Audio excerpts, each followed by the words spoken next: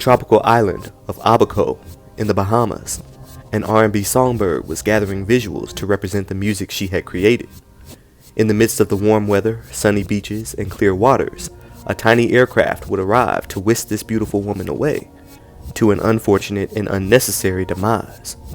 And in today's episode, and over the next few weeks, we will dive deep into the multiple theories as to why this occurred, and just how so many individuals profited from this tragic event.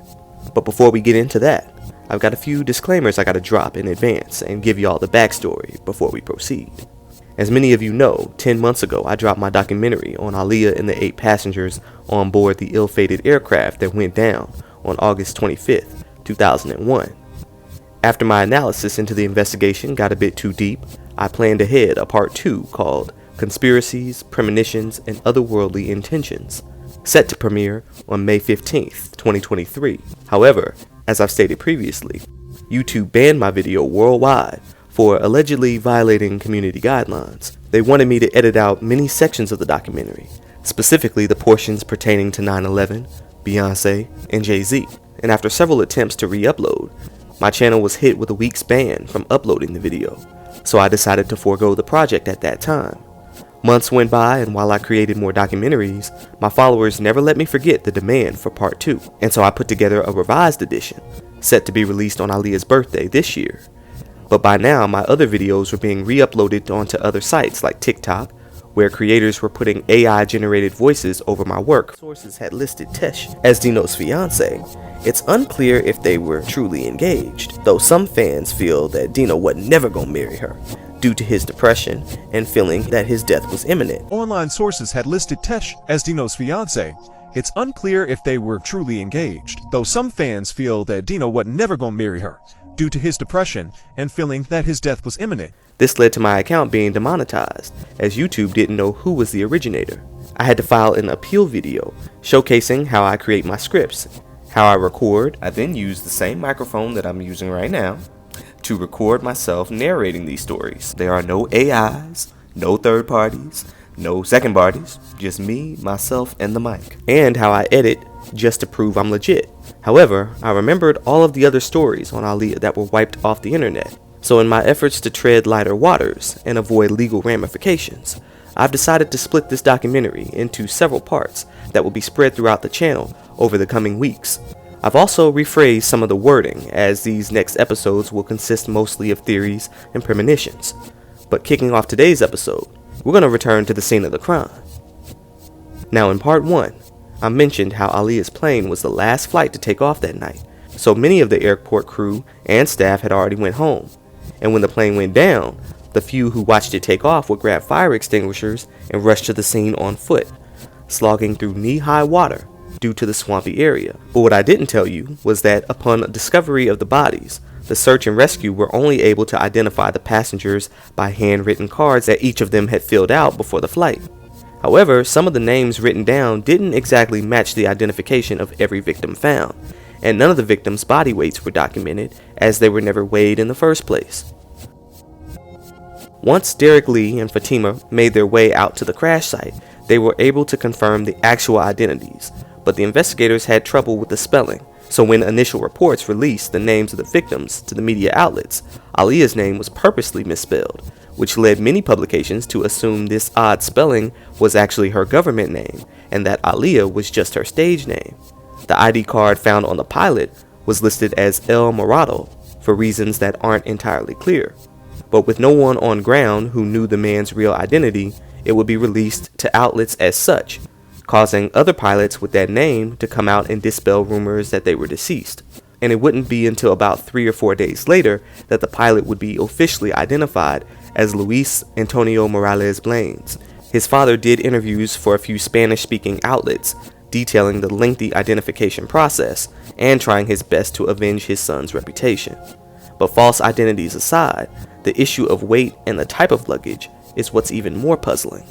But before anyone boarded the aircraft, Gloria Knowles, an office manager for Abaco Air, said she saw a pickup truck headed toward the plane with equipment and luggage that towered above the truck's sideboards. She said, "I thought that's a lot of stuff to be on a plane with 9 passengers." But when the cargo was being loaded onto the aircraft, it mostly consisted of camera and sound equipment, which made little sense because the music video film crew were still shooting final scenes when Aaliyah left the set. Why would any excess filming equipment need to fly with her? Ironically, both Fatima and Derek were supposed to be on that flight, but both backed out at the last minute. Derek's reasoning was that he wanted to travel with his luggage. People were ready to go. No phones, you couldn't even call for room service. Derek Lee made a last-minute decision that saved his life. I was supposed to leave with them, but I was thinking about it all day. Like, okay, I think I'm gonna stay. I really want to travel with my stuff. Apparently, they had packed all of their things, but not all of their personal things would actually fly with them. Yet the plane was overloaded with film equipment.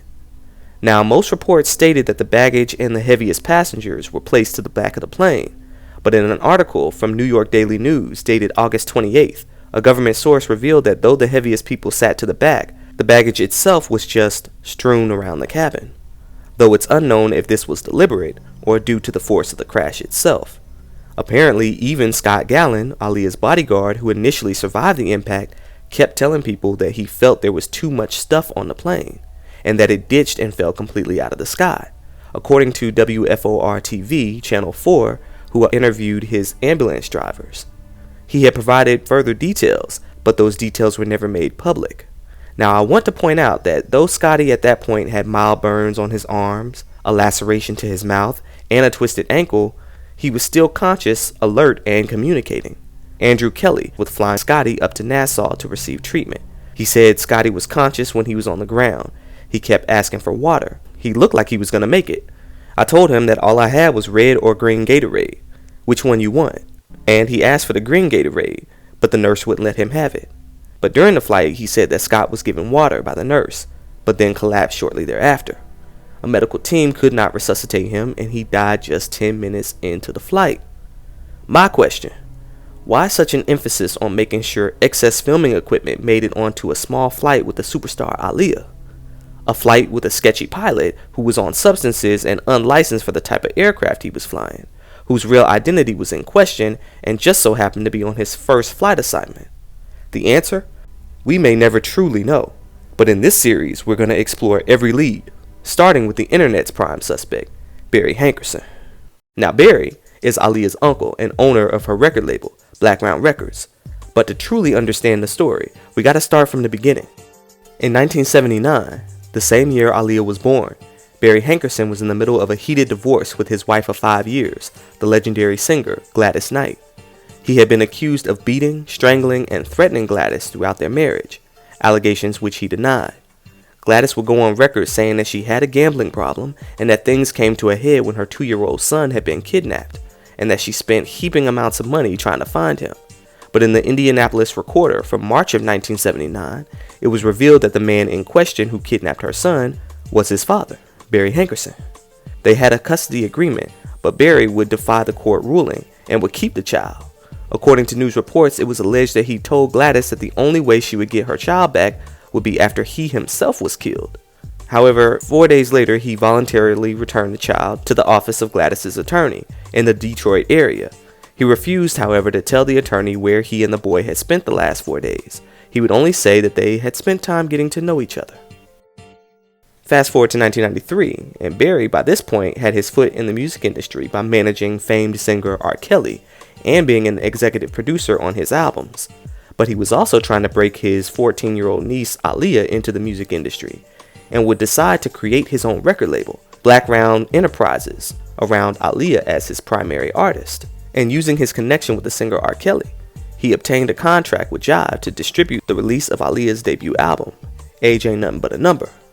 The partnership with Jive fared well, with Aaliyah and her project bringing in great numbers, but after the highly controversial situation with her and R. Kelly, they would part ways with Jive and would get their new distribution deal through Atlantic Records, and now going by Blackground Entertainment.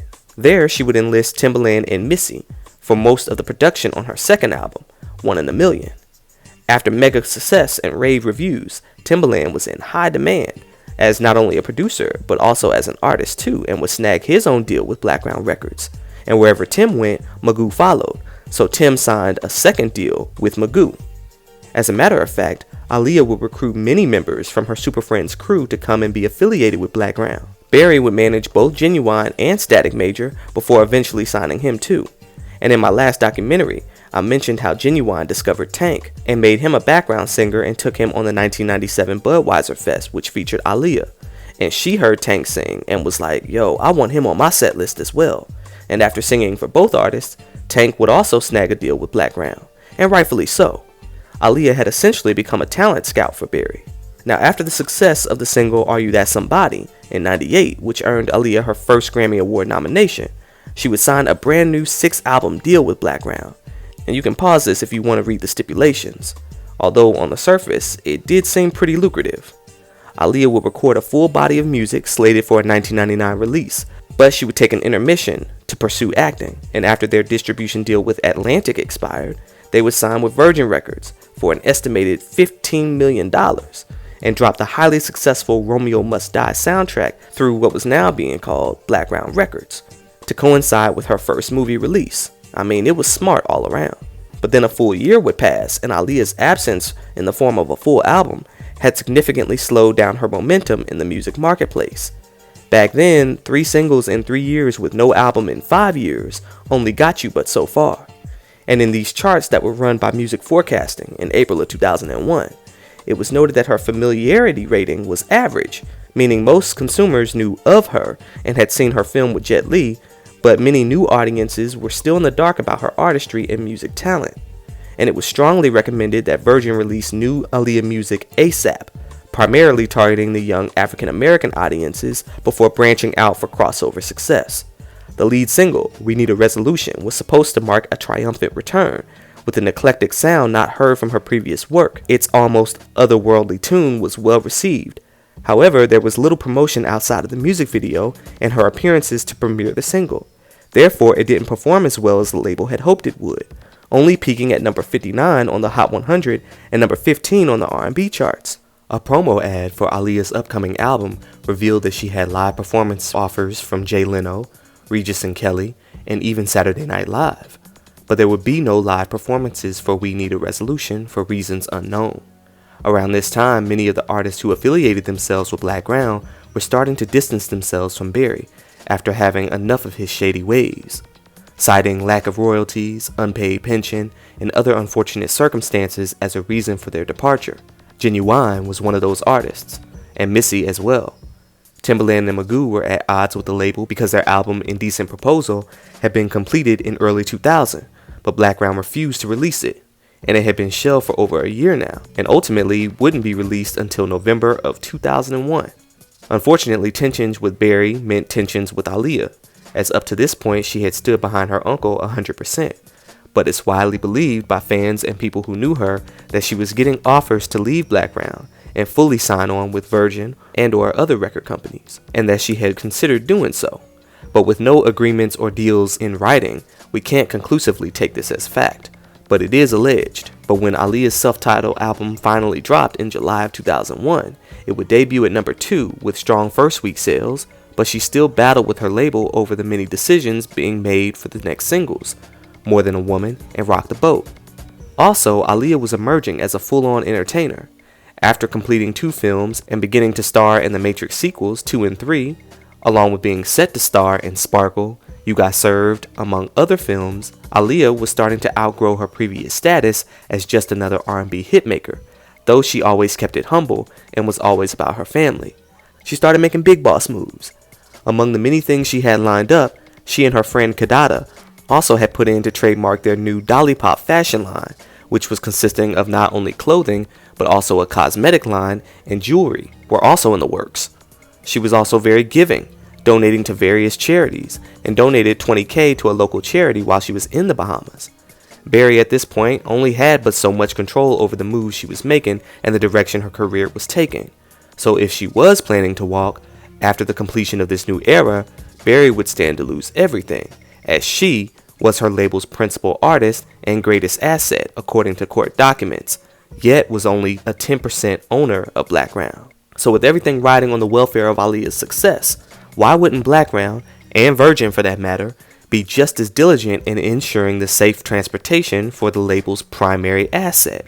Well, in the days leading up to her leaving to go to the Bahamas to film her music video, Black Round would enter an agreement with video director Hype Williams' Instinct Productions, providing that Instinct shall be responsible and shall assume liability for any and all loss or damage in connection with the production of the video, which on the surface seemed pretty standard for if anyone hurt themselves on the set of filming.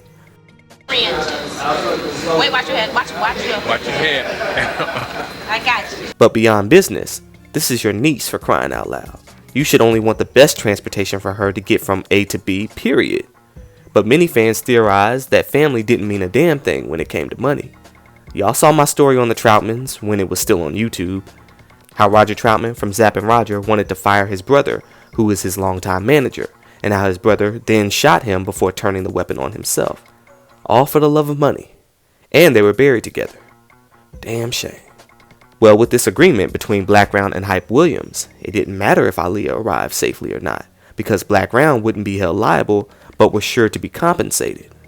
And like clockwork, in a lawsuit filed after Aaliyah's death, Black Round alleged that Instinct had failed to perform its obligations under the initial agreement, as Aaliyah was killed in the crash of an airplane obtained or chartered by Instinct in connection with the production of the video, and that Aaliyah's death has resulted in substantial loss and damage to Black Round, the loss being the amount of money she would have been able to make had she still been alive, citing the aforementioned contract agreement that she signed back in '98 along with her movie deals. However, Instinct fired back, stating Black Round wasn't within rights to impose upon Instinct a duty of care to provide Aaliyah with safe transportation.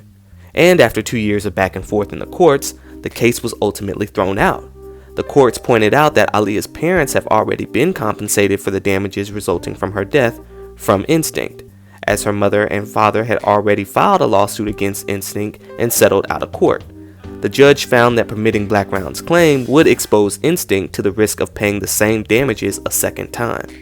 But Barry, who had been well knowledgeable on the business side of the industry, already had an insurance policy on his primary asset, one that paid the parent company of the deceased based on their current salary, plus any potential gains the company would have made off the person in the future. With all the opportunities Aaliyah was prepping for, she would have drew in millions, and while the exact whole dollar amount he received was withheld from the public for years, his business associate would spill the beans in a 2022 interview.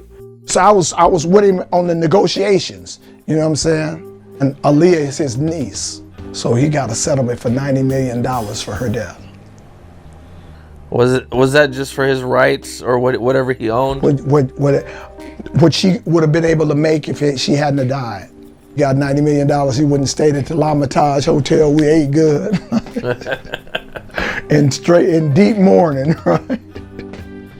$90 million is an extreme amount, and it's difficult to estimate just how soon Aaliyah would have been able to generate those funds in total.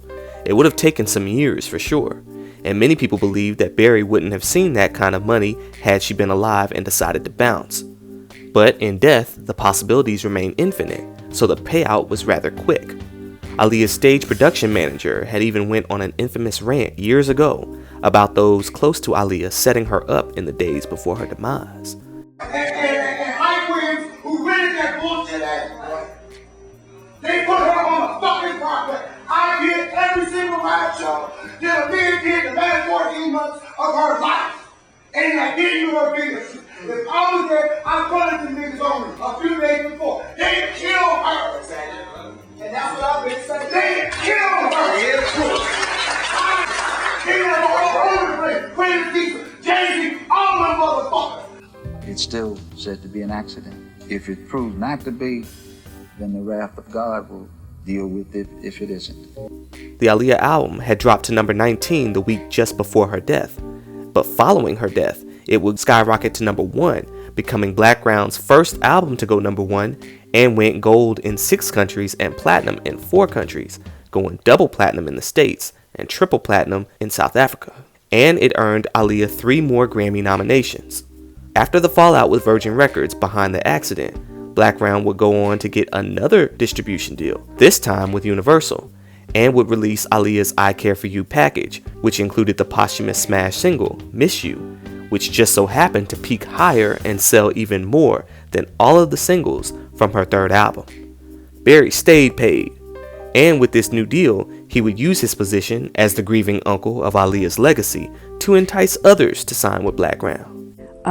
When I first met with Barry, who is her uncle, when I sang for him, we went to his house. I sang for him along with my executive producer, Vincent Herbert. We were all on the couch, me and my mother and Vincent. And after I sang, he got teary-eyed, and he said, it was like baby girl, who's Aaliyah, was over your shoulder saying, look at what I brought for you, Uncle Barry. We all started bawling our eyes out. Just the similarities and the weird instances that have happened. I mean, I think she is watching over me. Also around this time, Toni Braxton, who had annoyed Aaliyah fans when she danced all sensual and seductive during Aaliyah's tribute video for Miss You, would release her next album, interestingly titled More Than a Woman, which ended up being a commercial flop. She would leave Arista and sign with Barry under Blackground Records, releasing her 5th studio album, Libra, in 2005. Barry would go on to sign a few more artists, but these moments wouldn't last, and before too long, several lawsuits would be filed by various affiliates, including JoJo, Tony, and Timbaland, to get out of their contracts and far away from Blackground Records. Toni Braxton referred to her Libra album as being like that one-night stand you don't want to talk about. You don't want anyone to know those records exist. Barry's business dealings were always shady, but his personal life equally showed his true character. Being around Aaliyah, Barry was often exposed to many of her peers and other young people, and just after her death, Barry would enter a relationship with 22-year-old Kim Dang, which would be on and off for 5 years. And after she broke things off with him, he would display extreme, petty, and even reckless revenge tactics. She was a hairstylist, and so Barry would drop $400K to purchase the salon that she worked at and then fired her, which prompted Kim to file a wrongful termination lawsuit claiming that he was stalking her and that he fired her for refusing to be his girlfriend again. Barry, however, claimed that he fired her for insubordination. But that wasn't all. Someone had been posting anonymous messages on the internet claiming that Kim was positive for HIV, but after tracking down the IP address, it led to someone who had a connection with Barry. And Kim was also followed by a private detective in early 2007, and someone actually blew up her car in San Diego. She claimed that the private investigator was outside watching when the car exploded and reported the incident to the local police in such a manner as to deflect attention away from Barry having any involvement in the incident. She, however, was unable to prove that Barry himself had any tie to the incident. But still, in the end, Kim was awarded $5.8 million by the jury in damages. But by 2011, she would be back in court to file another complaint that she never received 1 cent. And on New Year's Day in 2012, Blackground Records agreed to act as guarantee for the settlement agreement, but again failed to pay the debt after Barry defaulted on the agreement. Kim would take Barry to court a few more times over the years, with the last case being as late as 2020, seemingly never reaching a resolve with the greedy man. And by now, the general public has seen just how greedy he was when he refused to release any of his artist's music to streaming services for 10 long years, until 2021 when he snagged a distribution deal with Empire to release Aaliyah's music for the 20th anniversary of her passing. He'd announced the rebranding of Blackground 2.0 and also releases other artists' music, and is currently enjoying their royalties, and is making plans to drop another Aaliyah album come this year. It would appear that Barry knew just how to play the system well, and despite his infamous reputation, he has continued to thrive financially, albeit at the expense of everyone he hurt in the process, and as a result, many fans, myself included, don't put nothing past him. Now, the video director for Rock the Boat was none other than Hype Williams, who directed some of the biggest music videos in hip-hop and R&B in the 90s and 2000s. Hype Williams claimed to have been friends with Aaliyah for the past 6 years, and you can see many pics online of them hanging out together throughout the years. However, for some reason, when it came to the business aspect, he seemed to put her on back burner. He had done a few photo shoots with Aaliyah, but he originally had made plans to film Aaliyah's music video for the song Are You That Somebody in 1998, with Fatima Robinson as the choreographer, but backed out at the last minute due to higher priorities, and so it would instead be directed by Mark Gerald, and was a dope video regardless. But Aaliyah had been trying to work with him for the longest time, so when she finally got another opportunity to snag him for what would be Rock the Boat, again with Fatima, many fans pointed out his demeanor and attitude throughout the whole shoot. It's anger management. By 2000 and 2001, Hype had formed a close bond with Jay-Z and Dame Dash, who was Aaliyah's boyfriend. So working with Aaliyah for the video shoot, he should have treated her like precious cargo, as she's your homie's girl, right? Unfortunately, Dame Dash will reveal years later that when Aaliyah was being pushed to return to the States immediately following the shoot, that Bahamian artist Lenny Kravitz offered his jet, and that Hype had kept the jet for himself, so Aaliyah couldn't get on it. When fans pressed Hype about this information, he remained silent. Now, it was Hype's idea to go out to Bahamas to film in the first place, but at the time of the crash, Hype refused to aid with search and rescue.